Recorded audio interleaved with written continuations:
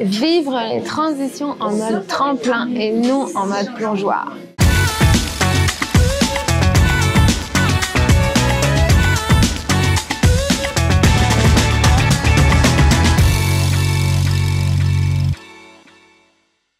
Bonjour les exponentiels, merci d'être avec nous aujourd'hui.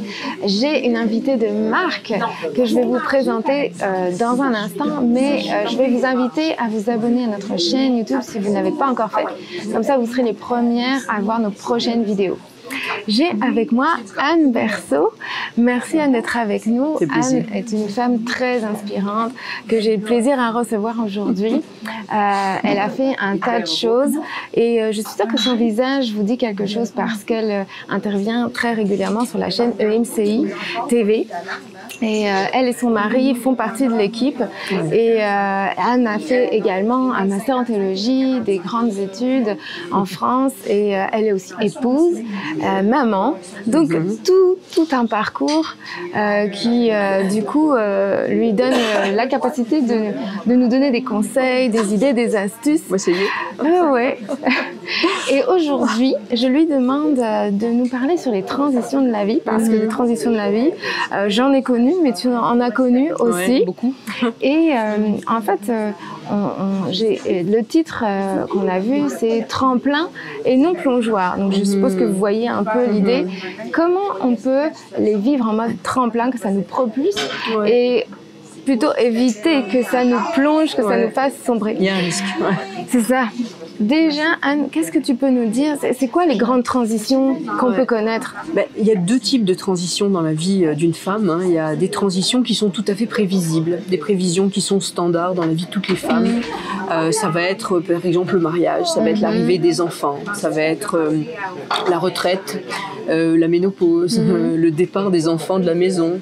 Ces transitions qui sont vraiment prévisibles, qui sont juste normales au fil de la vie. Puis il y a une deuxième catégorie de transitions qui sont là plus difficiles à gérer parce qu'elles sont imprévisibles.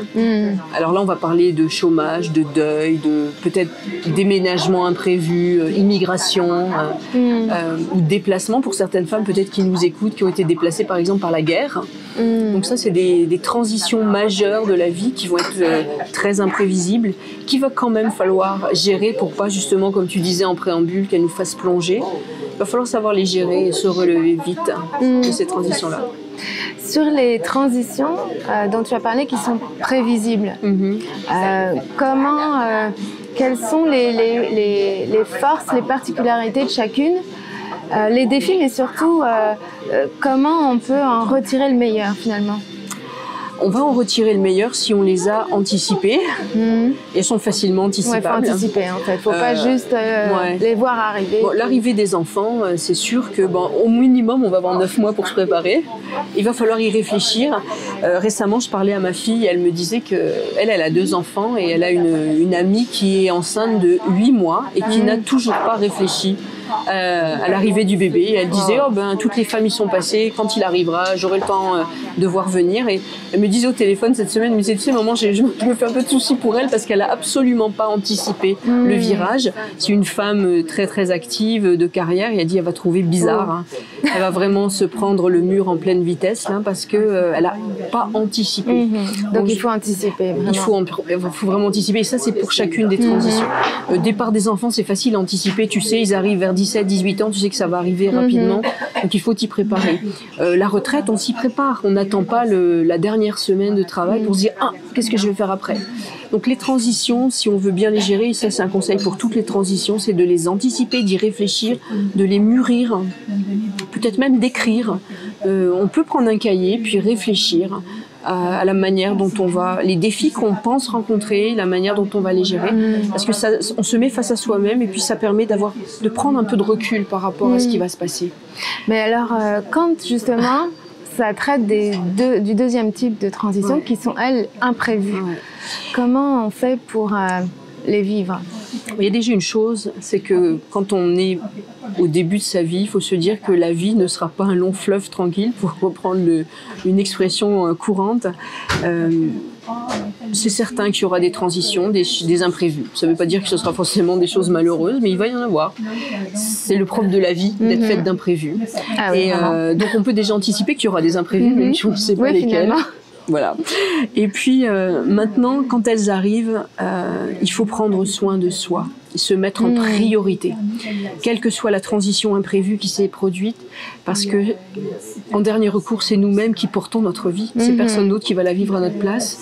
Et en prenant soin de soi, on va se donner une chance de passer au travers victorieusement, pour justement pas plonger. Et on sait que dans les accidents de la vie, c'est la plupart du temps, c'est à ce moment-là qu'on va plonger, qu'on va peut-être tomber, pas forcément dans une dépression, mais dans un temps plus d'écrasement, et on va peiner à se relever.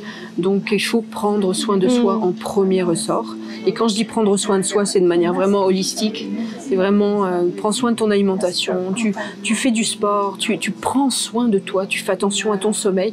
Parce que si tu veilles à ces choses-là et que tu es un peu mieux dans ta peau, tu vas gérer le virage. Si, je pense par exemple, je sais pas moi, tu perds ton travail et tu l'as pas vu venir. Si c'est la priorité de prendre soin de soi, parce que sinon tu vas regretter, tu vas te lamenter. Il faut prendre soin de soi. Tu te retrouves devant un deuil, prends soin de toi, prends soin de ton sommeil, gère ton stress. Et de cette manière-là, tu vas gérer. Sinon, tu vas pas gérer, tu vas te prendre en pleine face l'ouragan et tu vas peut-être même finir vraiment en 1000 morceaux. Donc finalement, premièrement, anticiper quand c'est possible. Quand tu peux. Et ensuite, quand il y a une transition qui se présente devant nous, c'est finalement quelque part devenir un peu égocentré. Non, ça ne veut pas dire qu'on oublie tout le reste et qu'on devient égoïste, mais se centrer un peu sur soi, parce que ça me fait penser, tu sais, dans les avions, on dit s'il arrive quelque chose, mettez d'abord le masque sur vous avant d'aider quelqu'un d'autre. Exactement. C'est ça? Exactement. Est-ce que c'est vrai de dire qu'une transition peut amener une saison à préparer la prochaine saison de façon meilleure? Toutes les transitions vont préparer une saison suivante. À défaut d'être meilleures, ça c'est sûr qu'elles vont préparer une saison suivante. Et justement, puisqu'on vient de dire qu'on peut les anticiper, se préparer et mettre toutes les chances de son côté pour bien les vivre, eh ben, elle va être d'autant plus fructueuse pour la saison suivante. Donc la vie est faite de saisons et on veut que nos saisons soient toutes victorieuses. Donc il faut, en gérant bien ces transitions-là, on va se donner une chance d'avoir une bonne saison suivante. Puis aussi, je voudrais rajouter que il faut être indulgent avec soi-même, sachant qu'une transition, ça se prend pas à 100 à l'heure. Les transitions, ça prend du temps. Parce qu'on a un corps, il faut faire avec, on a un cerveau qui fonctionne d'une certaine manière. Et il y a des gens qui ont une capacité d'adaptation qui est peut-être plus rapide que les autres, mais il faut quand même du temps. Même si on est quelqu'un de très adaptable, il faut du temps. Surtout quand c'est une transition qui est douloureuse. Et là, on parle de 2 ans, en général, c'est une moyenne de 2 ans d'adaptation. Pour l'immigration, on dit que c'est au bout de 2 ans qu'on est intégré.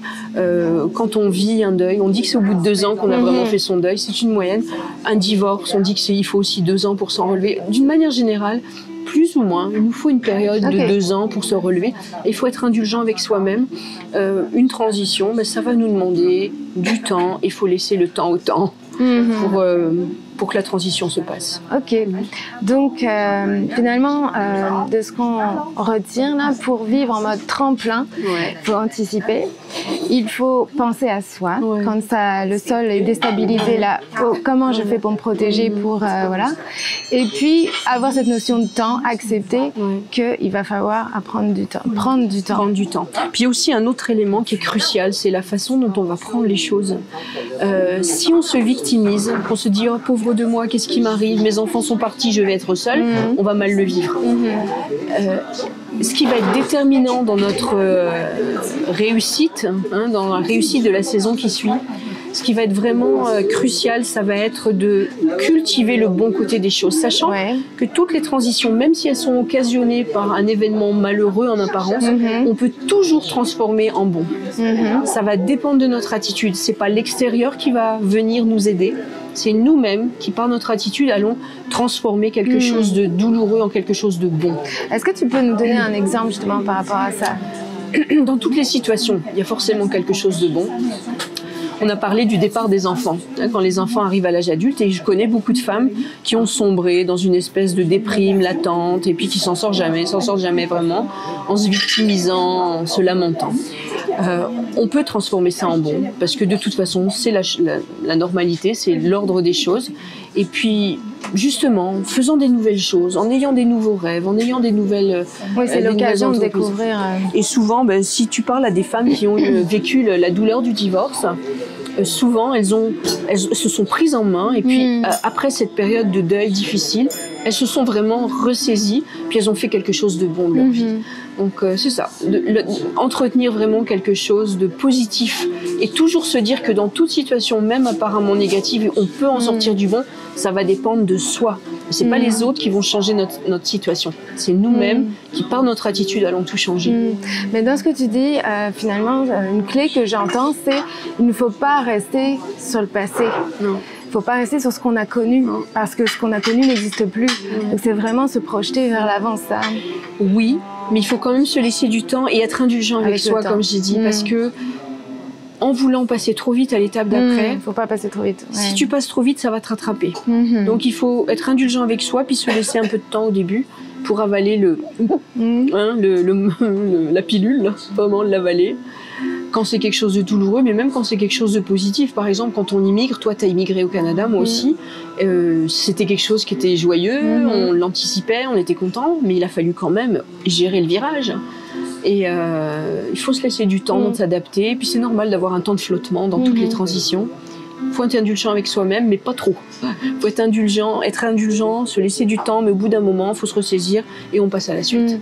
Puis apprendre à s'organiser, parce que je disais, il y a aussi des choses positives. Par exemple, une promotion, c'est une transition qui va nous emmener dans une autre organisation, mais finalement, il faut juste, on ne reprendra pas les points qu'on a déjà dit, mais une notion d'organisation aussi, de se dire, bon, les choses ont changé, ça ne va pas tout déstabiliser, mais justement, on va réorganiser autour de ça. Mais il y a une question cruciale à se poser, toujours, quoi que soit la situation, c'est de se dire comment je vais pouvoir en tirer le meilleur.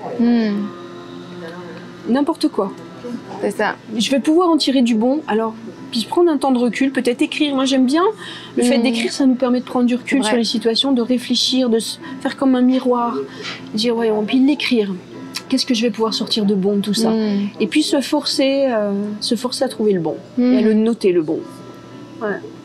Donc voilà, je ne sais pas où tu en es aujourd'hui. Tu es certainement dans une transition ou une saison qui va de toute façon amener à une autre. Donc j'espère que nous t'avons donné des conseils. Et comme l'a dit Anne, cherche quel est le meilleur à en tirer pour te propulser sur la prochaine saison et la suite de ta route. Merci Anne d'avoir été avec nous. Et je te souhaite encore une belle longue route. Une belle transition, parce que moi je suis en plein dedans. C'est ça. Les exponentiels, merci. Je vous dis à bientôt. N'hésitez pas à nous laisser les commentaires. J'y répondrai avec grand plaisir. Et je vous dis à la prochaine. Au revoir. Bye.